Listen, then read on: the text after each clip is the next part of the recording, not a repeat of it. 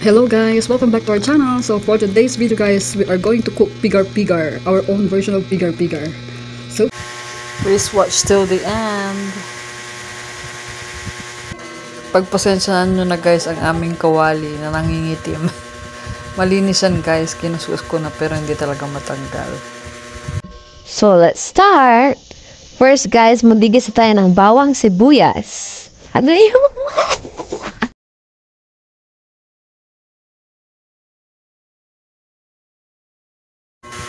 Pagkatapos guys ay lalagay na natin ang aking nabiling na-slice na vegetables, chop suey vegetables. 20 pesos lang yan guys. 1/2 kilo ang binili ko. So bago ko yan ilagay guys, hinugasan ko muna na yan ng 3 beses at binabad ko sa tubig na may asin para sure na malinis at patay ang bacteria. So ganyan gawin nyo guys, every time na mag-ano kayo ng gulay, hugasan nyo muna sa tubig na may asin, ibabad nyo sa tubig na may asin ng 5 minutes. So ayan, halu-haluin lang natin at lagyan ng konting asin at konting magic sarap. Dinagdagan ko na rin guys ng cabbage na maliit kasi mahal ngayon na ang cabbage. 20 pesos yung dalawang maliit lang. Ang nilagay ko lang yung isang maliit lang na cabbage. Halu-haluin lang guys. Iha-half cook lang muna natin ito dahil mamaya ihahalo natin ito doon sa karne ng baka at liver. Tapos ayan guys, ihangwin muna natin at iset aside muna para ang susunod natin igigisa ay ang karne ng baka, liver, pork liver, tsaka yung anong tawag doon, basta yung taba, nakalimutan ko na, balutak ang tawag sa Pangasinan. Mag-slice ulit tayo guys ng bawang at sibuyas para sa ating paggisa sa karne ng baka at pork liver. So meet guys ang ating chef assistant ay si Dayan. Siyang nagbabalat ng bawang sibuyas dyan guys.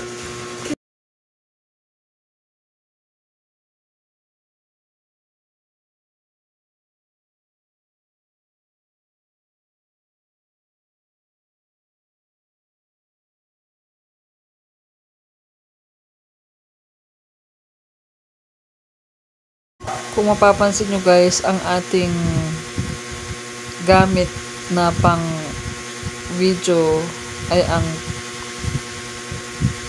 ang Tecno guys, at ang gamit natin ay ang neck phone holder, kaya hindi makuha yung aming mukha dahil nakasuot sa neck guys, nakasuot sa neck ang aming phone holder. So ayan guys, magigisa ulit tayo ng bawang at sibuyas. Pagkatapos natin maggisa guys ng bawang at sibuyas, ay ilalagay na natin ang ating karne ng baka. Ang binili ko lang na karne ng baka guys ay 1/4 kasi mahal yung 1 kilo, 400 plus. So 1/4 lang ang kinuha ko guys. Tapos pina-slice ko na rin ng slice na pang pigar-pigar. Tapos bumili na rin ako guys ng pork liver para pandagdag dyan sa 50 pesos lang ang ating pork liver, 1/2 kilo. At bumili na rin ako guys ng 30 pesos lang na taba ng baboy, yung cholesterol, yung fat. pangpadagdag sa sarap. Nagki-crave kami sa pigar-pigar guys. Kaya naisip kong magluto na lang kasi mahal na ngayon ang pigar-pigar. Ang 1/2 kilo ng pigar-pigar na luto na is 450 pesos. So ayan, nakatipid kami ngayon dahil napagkasya namin yung 1/4 kilo lang na pigar-pigar. So ayan guys, lalagay na natin ang karne ng baka. Nilagyan ko na rin yan ng asin guys. Ng asin at konting magic syrup na pampalasa. At nilagyan ko na rin yan ng konting paminta. Pagpasensya nyo na po ang aming wall guys kung ganyan na ang kulay, nag-fade na. Matagal na rin po kasi yan na hindi na pipinturahan. Pag may budget, papapinturahan ko yan. Halu-haluin lang natin guys. Tapos maya ilalagay na rin natin ang liver at yung fat niya para sabay-sabay na nating pakukuluan sa konting tubig.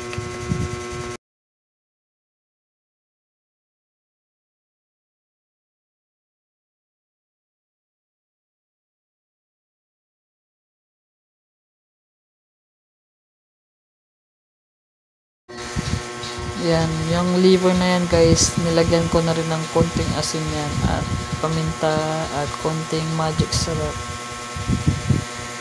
So, halo-haluin lang natin ng ganyan guys, tapos mamaya lalagyan natin ng konting tubig. Kung mapapansin nyo guys, wala na po ang aking magandang kalan na nabili sa Shopee. Dahil minat-ngat po ito ng daga. Hindi siya nangalawang doon sa ibabaw. Pero yung cover niya doon sa ilalim, nangalawang ng konti. Tapos, dinagdagan ng daga. Yung daga, minat-ngat niya yung ilalim. Nakakapasok siya doon sa loob. Tapos yung minat niya yung mga nandoon sa loob, pati yung mga wire niya. Kaya, ayun. Sira na, nagpalit na naman ako, pang ilang kalan ko na ito napalit dahil sa mga pesting daga.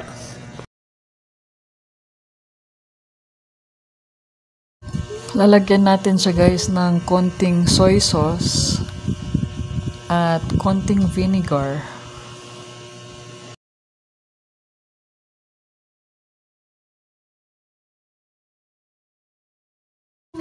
So ayan guys, ihahalo na rin natin ang ang fat, yung kulit, anong tawag dyan, balutak in Pangasinan, yung fat ng baboy. Sebo pala, sebo. Sorry, kanina ko pa inisip yan. Sebo pala, nakalimutan ko.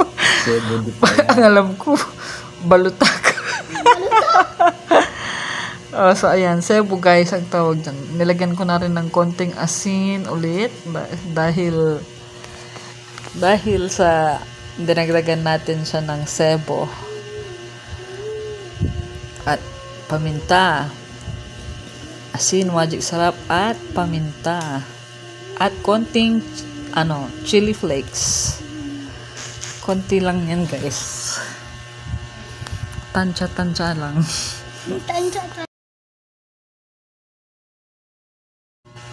So ayan guys, lalagyan na natin ng tubig. Kalahating basong tubig ang nilagay ko guys. Kasi kapag isang baso, sobrang dami na, parang may sabaw na. Kaya 1/2 lang po ng baso ng yung tubig.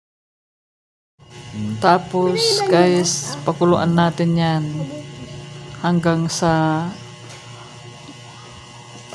ayan, nilagyan ko ulit ng soy sauce.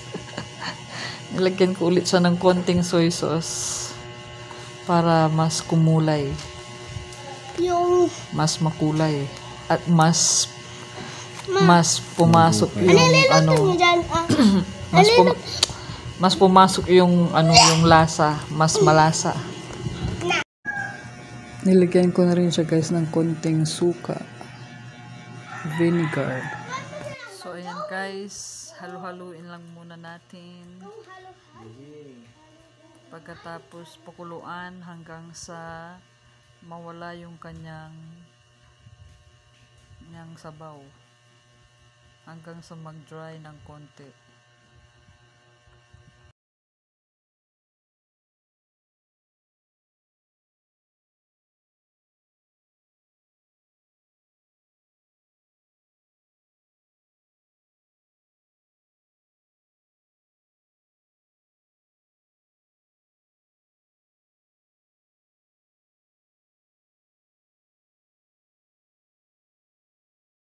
Hindi pa luto ang karne guys, pero pinapapak na ni Dayan yung gulay. Ayan, malapit nang maubos yung gulay dahil sa may nauuna ng kumakain.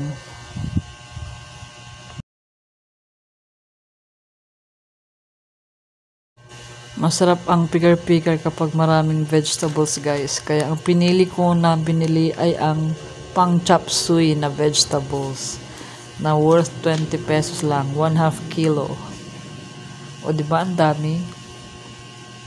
Masustansya na ang ating pigar-pigar dahil more vegetables.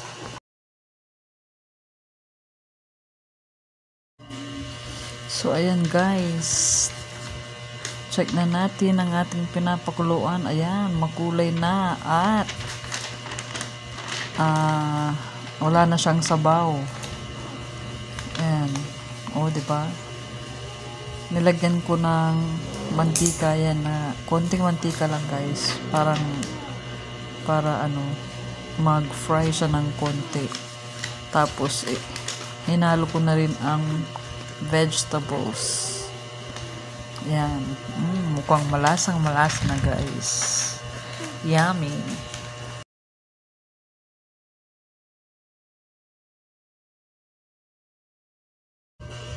Halu-haluin lang natin guys para kumalat yung lasa doon sa ating gulay.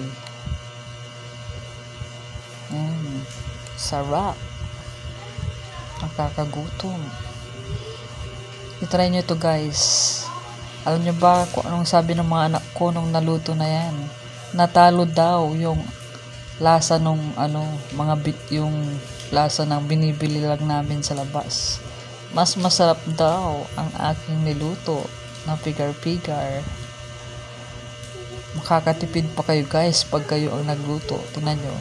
Yung 1/4 lang na karne ng baka at yung 1/2 kilo ng pork liver, konti lang nilagay ko doon. Parang 1/4 lang. O 1/4 lang din na karne ng yung pork liver. At konting lang sebo, 30 pesos lang na binili kong sebo. Kalahati lang nilagay ko doon na sebo. So ayan guys, halu-haluin lang at ready to serve na. Tingnan nyo guys, sobrang nakatipid kami. Pati yung gulay ay 1/2 kilo lang po yun. 20 pesos lang. So, sobrang nakatipid. Kung bibili kayo sa labas ng 1/2 kilo, worth 450 pesos. Pero kung kukumpitin yung aking nagastos, 1/4, mas madami siya. Mas madami yung ating pigar-pigar kasi mas maraming vegetables. So ayan, pinapakuluan muna natin ulit ng konti yung ating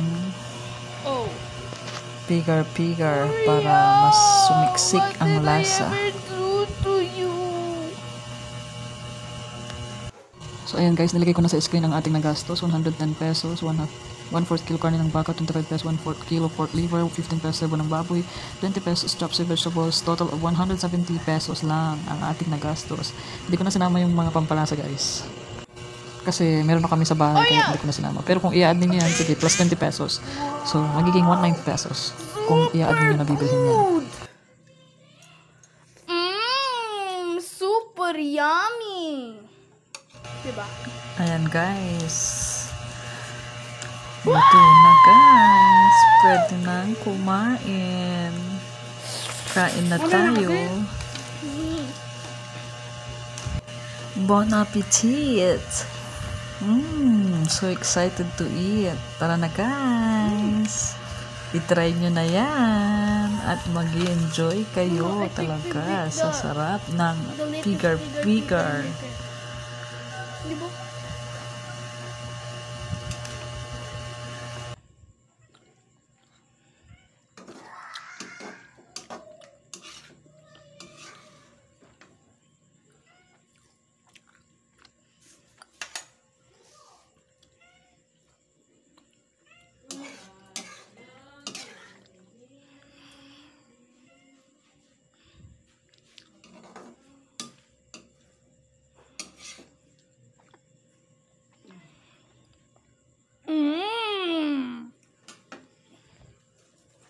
Bye-bye.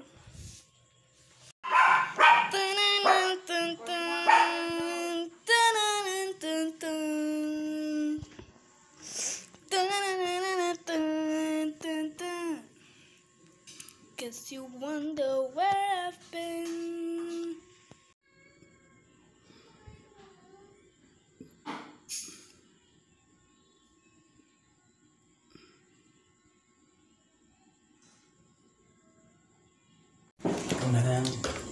No, ikaw na lang. Nina, you taste it. Ikaw na lang. Kayo, hindi ikaw. Kayo na lang. Sige na, kain na. Guys, kain na tayo. Ang tastes eh. Sige nga, tikman mo Ikaw kanina. na-videohan yung ibang Ang ganda, ayoko mo natapon na. ayaw nilang magpa-video. Pero sabi nila ay The baka natalo was daw worth ang it. klasa nung nabibili namin sa Diba? labas. Ilig, tagal. Kaya itry nyo na yan guys. Sobrang sarap. Yummy, yummy. Ano? Anong, Masarap. Masarap. Ay! That's not a good action effect. Oh my god! So guys, hanggang dyan lang ating video. Thank you very much for watching. God bless you all. Bye-bye.